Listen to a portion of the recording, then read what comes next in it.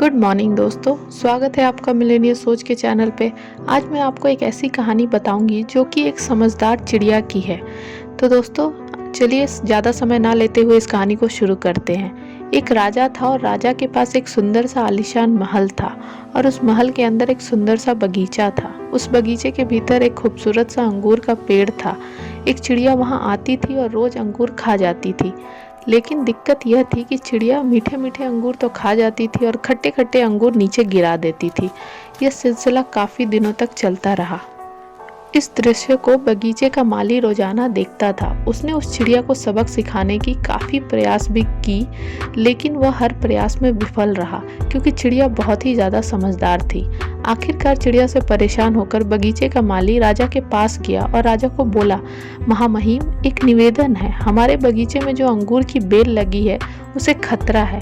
राजा ने कहा, ठीक है, इस काम को मैं स्वयं करूँगा। अब राजा पूरे ध्यान से चिड़िया को देख रहा था और मौका मिलते ही राजा ने चिड़िया को पकड़ लिया। अब चिड़िया की समझदारी देखिए आप। उसने राजा को कहा कि राजा साहब, मुझे छोड़ दीजिए, मैं आपको 4 ज्ञान की बातें बता सकती हूँ। राजा जी बोले, ठीक है, चलो बताओ। पहली, यह कि हाथ आए शत्रु को कभी नहीं छोड़ना चाहिए। दूसरी, अनजान बात पर कभी विश्वास नहीं करनी चाहिए। तीसरी, जो हो गया उस पर पश्चाताप नहीं करना चाहिए। और चौथी, बताने से पहले वह राजा को बोली कि राजा साहब, मेरा दम घुट रहा है, आप मुझे थोड़ा ढीला छोड़े तो मैं आपको बताती हूँ। और इसके बाद वो चिड़िया उड़ गई और बोली, मेरे पेट में 2 हीरे हैं। अब राजा को पश्चाताप होने लगा और राजा गुस्सा भी हो गए। उसने राजा को बोला कि मैंने आपको कहा था कि हाथ आए शत्रु को कभी नहीं छोड़ना चाहिए, फिर भी आपने छोड़ दिया।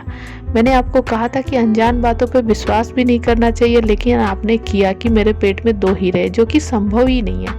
और जो हुआ उस पर ज़्यादा नहीं सोचना चाहिए, लेकिन आप फिर भी सोच रहे हो। आखिरकार राजा को ज्ञान की 4 बातें समझ में आ ही गई। तो दोस्तों, ये कहानी आपको कैसी लगी आप कमेंट के माध्यम से हमें ज़रूर बताइएगा। और आज की कहानी को सुनने के लिए दिल से आपका शुक्रिया। बहुत जल्दी हम एक नई स्टोरी के साथ मिलेंगे, तब तक के लिए धन्यवाद।